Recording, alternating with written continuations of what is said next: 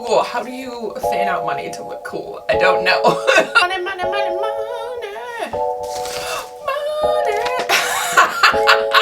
That should be the thumbnail. Hey guys, I'm Aria. Welcome to my channel. Today we are talking about week 3 of my month-long no spend challenge.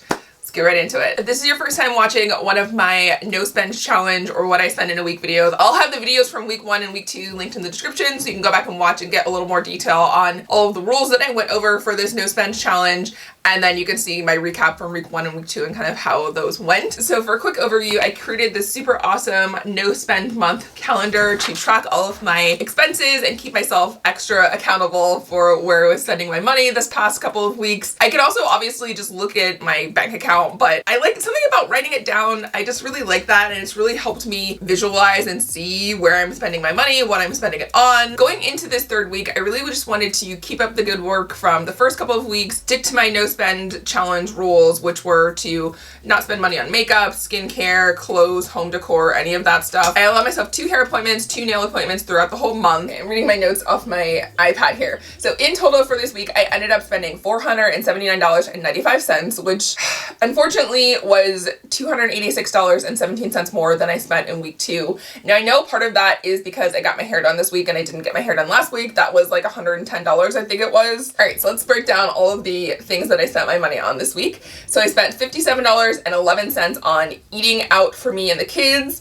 Honestly, that was only slightly up from the previous week where I spent $54.83 on eating out. I'd still like to decrease this the next week coming up if I can, but I mean, it's not that bad. Then I spent $9.11 on crumble cookies. That was for the video that I did on Monday. I had $10 off from my built up loyalty points, so I did use that, and that's why that was obviously less. It was like $10 less than what I spent on crumble cookies the week before. And then I spent $242.22 on groceries, which is kind of insane. That was a big increase from what I spent last week. In week 2, I spent $105.49 on groceries. So I'm not gonna lie, I'm a little bit disappointed that it went up so much. One of the things I'd like to focus on is doing more, like trying to get most of my grocery shopping done in that one trip over the weekend, instead of having to go and run out and get like these little small runs during the week. Because I feel like what'll happen is we'll run out of like Cheerios or Goldfish, what the kids freaking love and eat every single day, and I won't buy enough boxes over the weekend, so we'll run out midweek and I'll go to get some. Inevitably, I'll get that, but then I'll find other stuff that I want to that I probably didn't necessarily need. And so my thought is that I could save money by just buying a couple extra boxes over the weekend so we don't run out throughout the week and don't have to go into the grocery store at all. I'm gonna give that a shot this next week coming up and try to at least hold myself to 2 grocery trips and not 3, and then really be more conscious of what I'm buying and if I really need to be buying it in general. And then I spent $40 on the kids' guitar after school club. That was the $20 rental fee for each of them for their guitars that they're renting. And then I spent $21.51 on a Dunkin' video. That was for a video I did trying out their brownie batter latte. I'll link that somewhere here if you want to watch that. I definitely consider this another successful week. I only spent money on groceries or video expenses and, you know, something for the kids. So that was all within the rules. So I feel successful in that area. Again, I just wish in general I could have spent less on the groceries. That's like bothering me.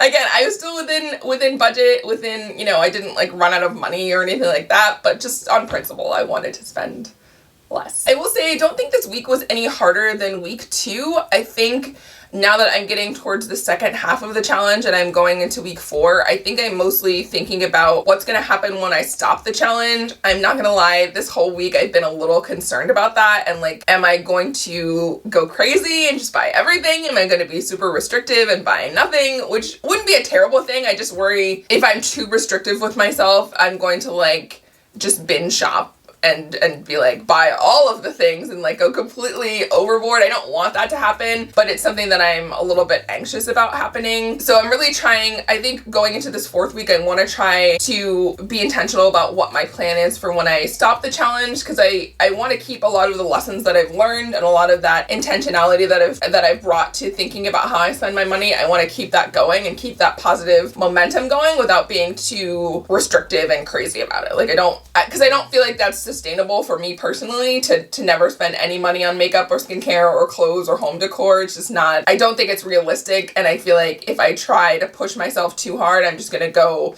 the complete opposite direction, and that's not not good for anybody. I'm thinking what I'm going to do at the end of next week is once I'm off of the challenge, I want to think about one special thing to buy myself as like a reward for being really good. It doesn't have to be super expensive, but I want it to be something special for being successful and like, good job, Aria, here's like a little treat. You don't have to spend all of the money now. You could just spend this little bit and feel good. So that's the plan. I do feel like this challenge is making me think a lot more about the things that I was spending my money on and whether I actually needed to do that or not. There's a lot of things that I am going to spend my money on that I don't quote unquote need, and that's okay. I'm never going to beat myself up over that. I just want to be more intentional about why I'm buying it and if I'm actually going to use it, if I'm actually going to find value in it beyond that initial gratification that I got just from buying something. I want to make sure that down the road I'm still going to like it. I'm still going to feel good about the money that I spent on it. So that's sort of my purpose for this whole challenge in general. And I think so far I have been thinking a lot more about that. And I just want to make sure that that continues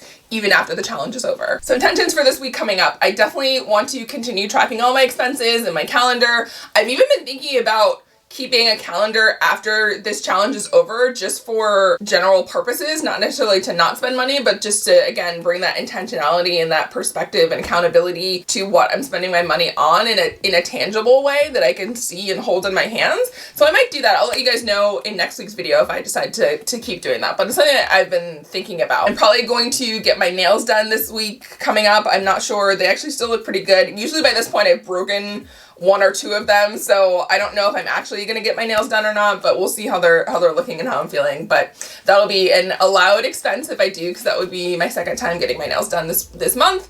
So that'll be that. Like I said, I'm gonna try to decrease my grocery spending and be a little bit more, I think plan a little bit more what I'm gonna spend over the weekend on my grocery trip and try and do it that way, but we'll see how that goes. And I want to keep holding on to all of the good things and the lessons that I've learned throughout this challenge, like hanging on to that good feeling of adding money to my savings account versus just buying something that I'm gonna forget about in a week, and how much better that feels and how good it feels to see my savings account increasing week to week. Like that's felt really nice, and I want to keep focusing on that good energy and good feeling that I'm getting from saving versus the good feeling that I get from spending the money.